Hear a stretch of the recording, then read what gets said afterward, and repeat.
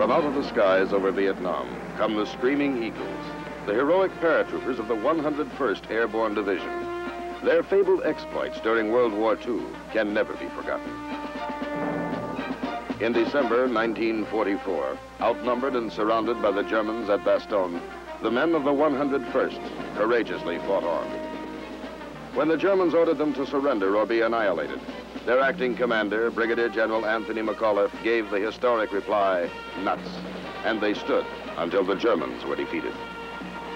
It is in this same tradition that the men of the Screaming Eagles, 1st Brigade, today serve on the jungle battlefront of Vietnam.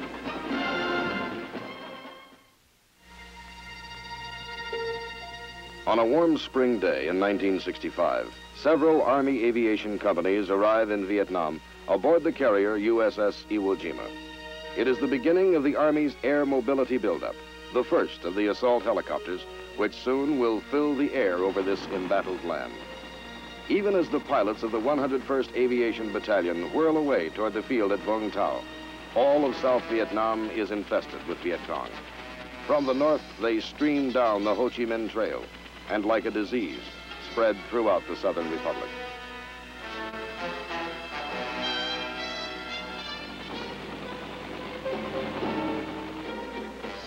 Into this setting come the first of the Screaming Eagles, the aviation crews of Company A, forerunners in the massive American military buildup to stop the communist enemy. For the Republic, this is a time of desperation.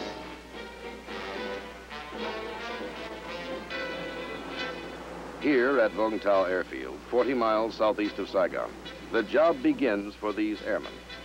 Along with helicopter crews from other aviation companies, the men of the 101st are to be processed for movement to their new homes in the forward areas of Vietnam.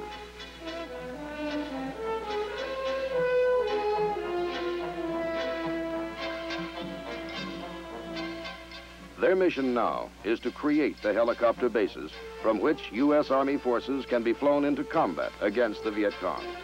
Quickly now, they make ready. In the next 90 days, before the airborne infantry arrives, these men will do a man-sized job.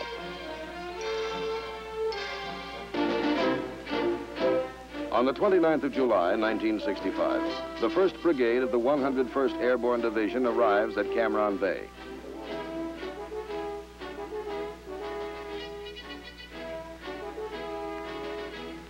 The brigade, with its supporting elements, is commanded by Colonel James Timothy, who is welcomed to Vietnam by Ambassador Maxwell Taylor. And by General William Westmoreland. In the ceremonies which follow, Colonel Timothy gets his first look at the strife-torn shores of Vietnam. And for the first time, the brigade unfurls the proud emblem of freedom over the land it is here to protect.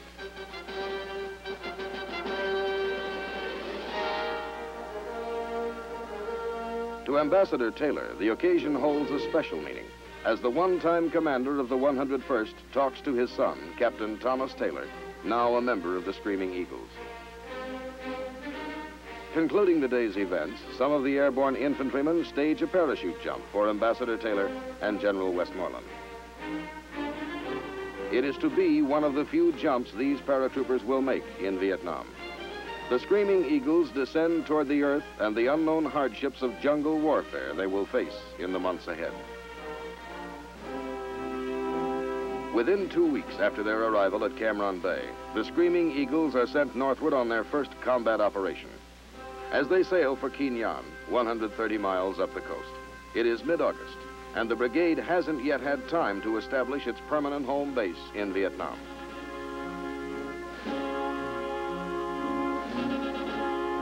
While the Vietnamese are celebrating the Lantern Festival, the men of the 327th and 502nd are moving inland from Quy Nhon to An Khê in the Central Highlands.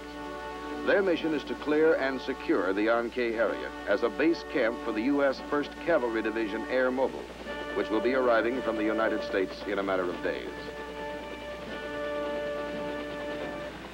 At Deo Mang Pass, overlooking An Khê, the landings begin. After months of special training at Fort Campbell, Kentucky, this is it, the moment every man knew would come.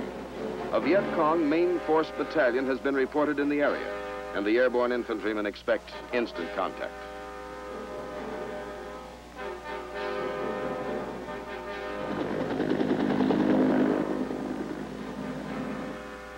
But it doesn't come.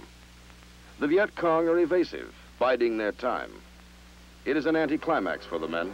This is their first lesson in Vietnam. No big battles when expected. Instead, a nagging war of attrition with primitive booby traps and snipers, small unit actions and ambushes in the jungle.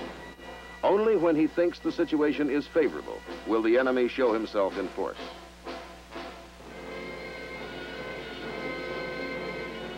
So the long, hard task of ferreting out the communist enemy begins. And the Screaming Eagles are good at their job. By the end of September, they will kill 600 Viet Cong. It will be a difficult thing, and some of these airborne fighting men will die. But the job, for this time, will be done. As the advance elements of the 1st Cavalry Division begin arriving at An Khe, they commence taking over the area secured by the Screaming Eagles. Finally, the men of the 101st Airborne are free to head south and establish their own home base in Vietnam.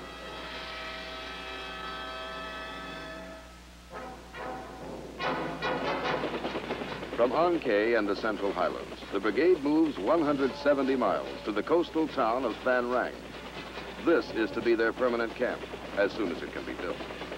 Though weary from their campaign in the hill country, they work throughout October until the base at Phan Rang has been set up.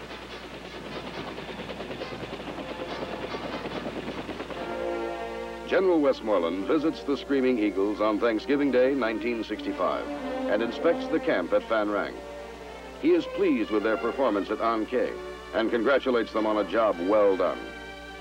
Even as he returns to Saigon, the brigade is conducting local search and clear operations. As the new year begins, the entire brigade is deployed to Tuy Hoa, 100 miles to the north in Phu Yen province. Known as the Rice Bowl, this is the richest rice-growing region in central Vietnam. From this fertile area come crops to feed all the people of central Vietnam.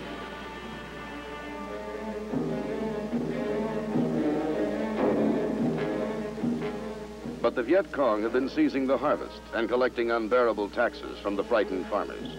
Now come the Screaming Eagles to protect the rice harvest and stop the Viet Cong. Codename Operation Van Buren. The orders read, search out the enemy in the Tuy Hoa sector and destroy him. This assignment will be tedious. The VC desert their dwellings and avoid confrontation with the Americans. Yet the district is infested with an enemy who makes night raids and continues to molest the farmers. The search goes on.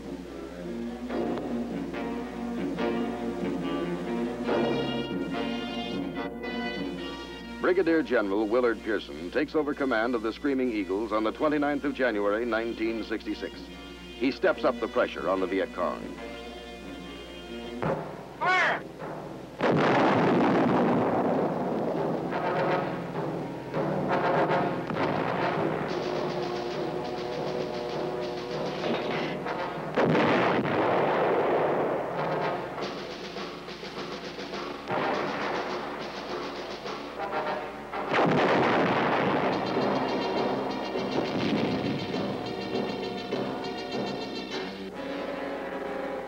Across the broad reaches of Phu Yen province, the Viet Cong are pursued. For the most part, they evade capture and withdraw to disappear in hidden underground sanctuaries. In the wake of U.S. military operations, the enemy rice raids diminish.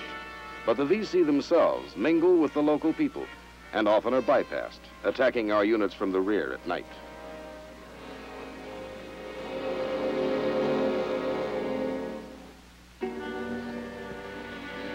On 8 February, the Deputy Commander of the U.S. Military Assistance Command, Vietnam, Lieutenant General John Hankes, comes to Tuy Hoa to personally evaluate the situation. What he sees convinces him that the enemy is well entrenched in the district, that it will require repeated efforts by the 101st to dislodge these communist guerrillas.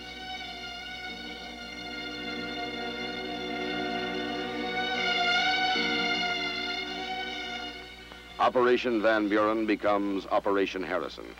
February becomes March, and daily the Screaming Eagles patrol the jungles and foothills surrounding the rice fields of Tuihua. Enemy main force headquarters are located and hit by the U.S. Air Force with B-52 bombing raids. The men of the brigade go in to check the results and prepare field reports for Air Force intelligence.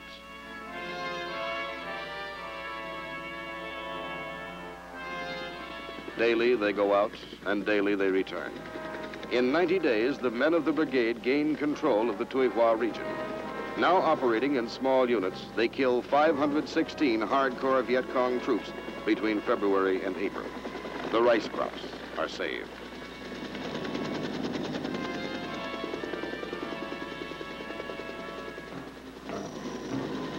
Once, early in March, the men of the brigade receive a surprise visit from one of Hollywood's movie heroes, Robert Mitchum.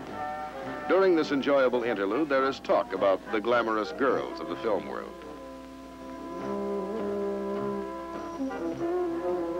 Mr. Mitchum is given the opportunity to fire some of the weapons of the real-life heroes in Vietnam.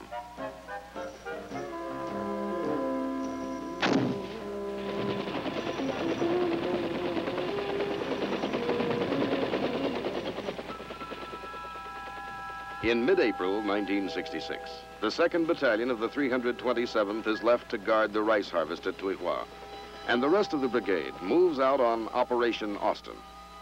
2 weeks in the area around Phan Thiet, then onward to Nang Co, near the Cambodian border. Here, where the Ho Chi Minh Trail enters South Vietnam, the Screaming Eagles meet the 141st Regiment of the North Vietnamese Army. For a while, the fighting is intense.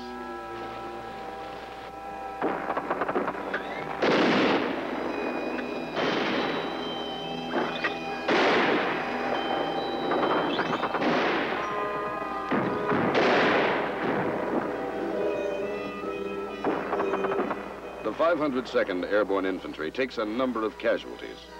It takes 6 days, from the 14th to the 20th of May, for the U.S. paratroopers to drive the North Vietnamese aggressors out of their positions in the foothills of Nang Co. The Communist regulars are well-disciplined, well-equipped, and tenacious.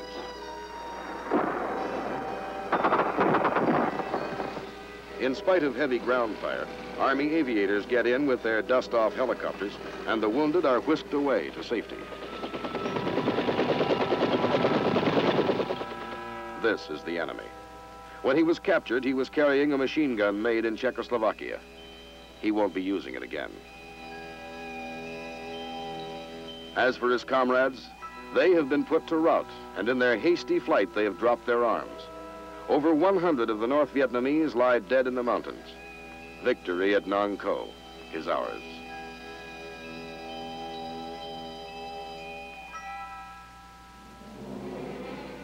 But for the Screaming Eagles, the greatest testing is still to come. Far to the north in Kon Tum province, the brigade launches Operation Hawthorne in the area around Dak To. Kon Tum is a forbidding wilderness lying in the foothills of the mountain country which marks the border of Cambodia. It is the first week of June, and the air is heavy and humid. Until now, the enemy has held sway here.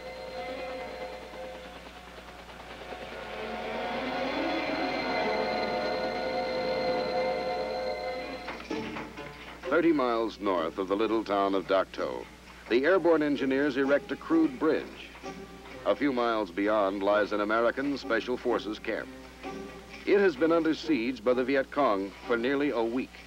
Supplies and ammunition are badly needed, and relief troops must get through. The first of the trucks begins crossing.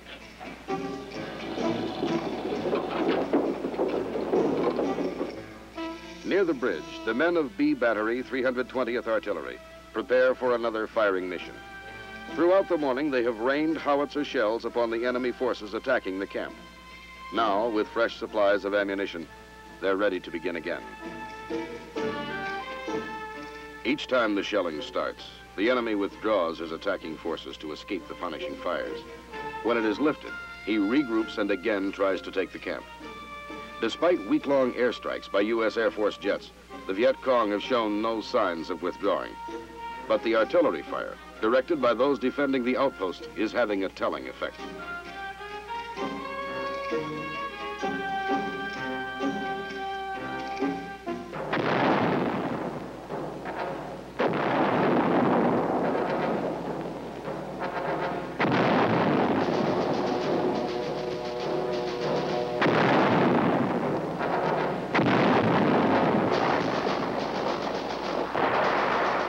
The Screaming Eagles are under fire. The enemy has come to silence the guns. Communist fire comes from everywhere.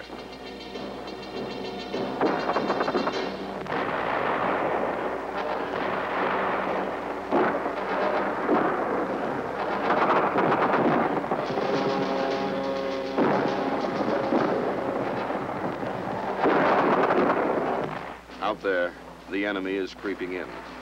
He will try to overrun the American positions. The waiting is agony.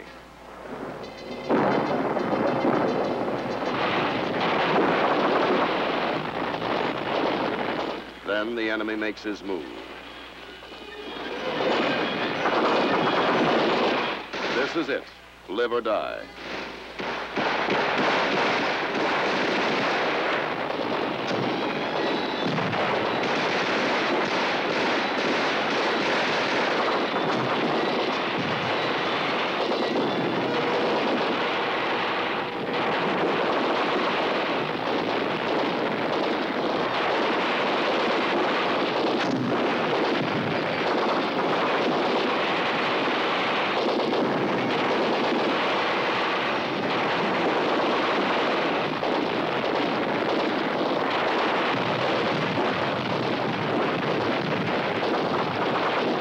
In the forefront, General Pearson, the boss, here in hell.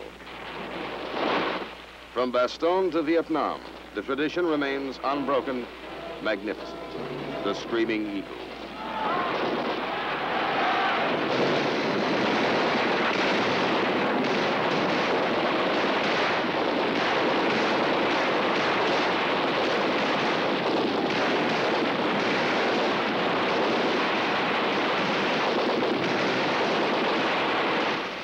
The battle wanes.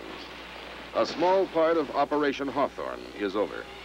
Some of the men of the 101st will fight no more. But for this day, the bastions of freedom held. They came from the north, a full battalion. Their weapons, not ours, have been silenced.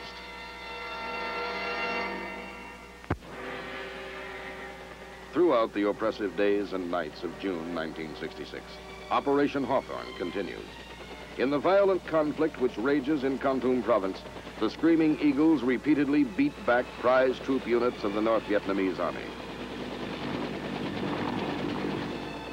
In 16 straight days of combat, the brigade envelops the 24th North Vietnamese Army Regiment, and more than 500 of the communist aggressors are killed. It is the largest single battle of the war for the men of the 101st.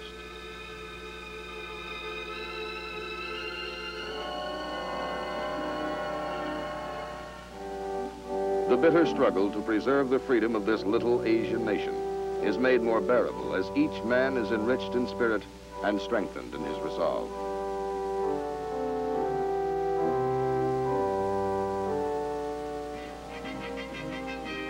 At last, the fighting is done.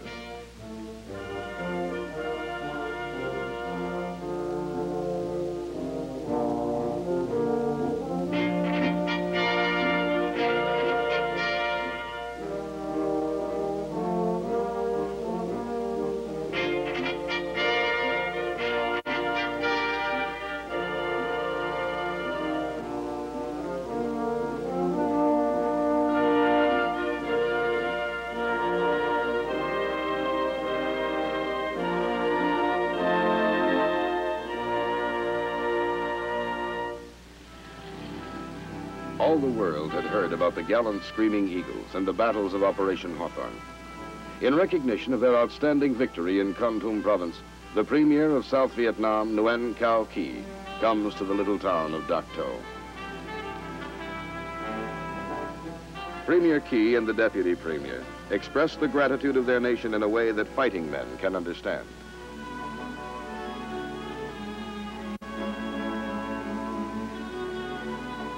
These are some of the weapons taken from the enemy, the Premier is told.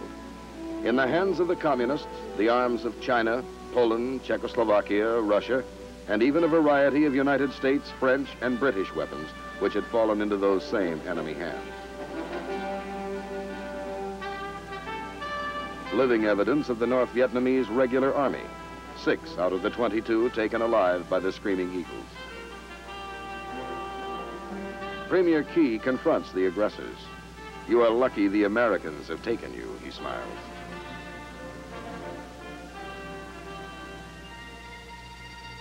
On the 21st of July, following surveillance operations along the Laotian and Cambodian borders, the brigade returns to Tuy Hoa. A new operation labeled John Paul Jones gets underway. Its purpose is to open and secure a 16-mile stretch of National Highway 1 between Tuy Hoa and Vung Ro Bay on the coast. The accomplishment of this mission will speed up logistic support of the Tuy Hoa area by permitting ships to unload at the nearby bay.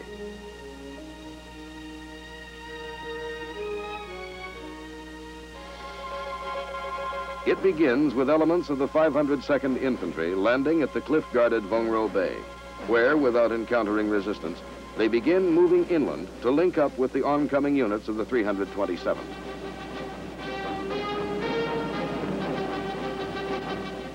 The inland forces push forward,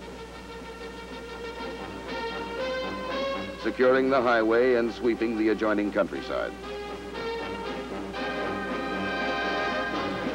Supported by helicopter gunships, heliborne assault troops clean out the operational zone within 6 weeks. By early September 1966, they have secured Vung Ro Bay and Highway 1 north to Tuy Hoa. Sweeping through the mountains, the brigade captures 40 North Vietnamese and Viet Cong and kills 209 others.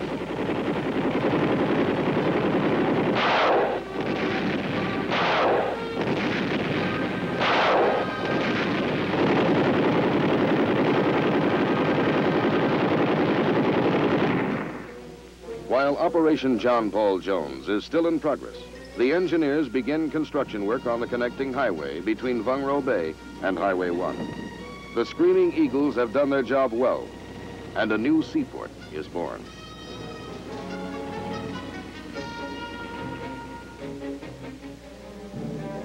In the weeks which follow, the brigade protects the rice farmers as they harvest some 17,000 metric tons of the precious grain.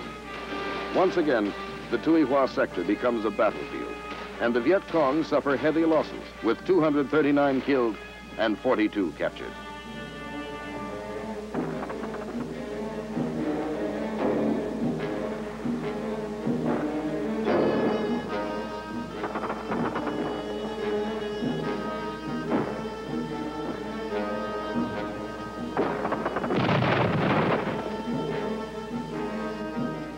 The Viet Cong have had enough. They are nowhere to be found.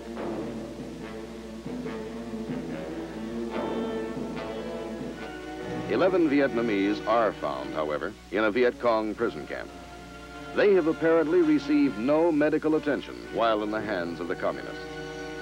Held by the Viet Cong for several months, their ailments range from open sores and skin infections to malnutrition, as well as deformities caused by unset broken bones. This man, a former Viet Cong who defected to the Republic and was later captured by the VC, cannot tell of his unspeakable nightmare with the enemy. On the 9th of December, the odyssey of the brigade continues. From Tuy Hoa, back up north to Kon Tum province. The Viet Cong have been cleared from Phu Yen province by this time, and the Screaming Eagles are moved to the north in a record 48 hours by the U.S. Air Force.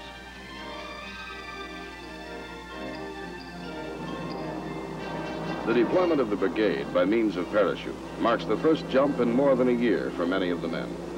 But they're in superb physical condition, and the jump goes well. As 1966 draws to a close, the brigade descends upon Kon Tum province to take part in Operation Picket. Fighting side by side with Vietnamese army forces and militia, the men of the 101st once again will scour the countryside, finding and finishing the enemy.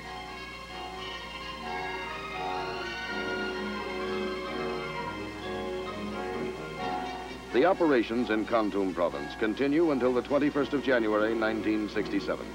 Then, after more than a year's absence from their home base at Van Rang, the brigade is ordered back for a rest.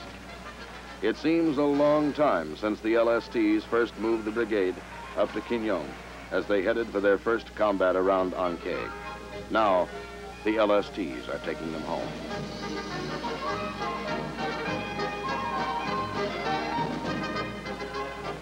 On the 26th, the last convoy rolls into camp at Van Rang. Brigadier General Willard Pearson welcomes the men home. It will be one of his last official acts as brigade commander.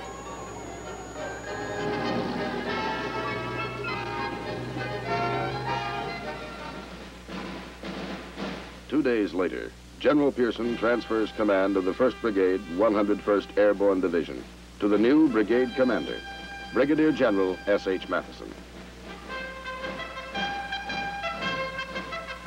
The battle-hardened troops watch with solemn pride as Lieutenant General Engler pins the Legion of Merit on the uniform of their departing commander.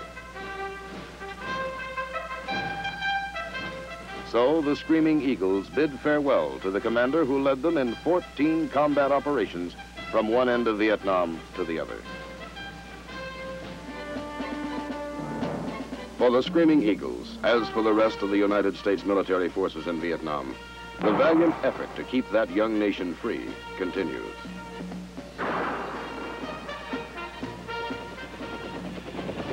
However far removed from our shores, the conflict between those who cherish human dignity and those who would snuff it out affects us all.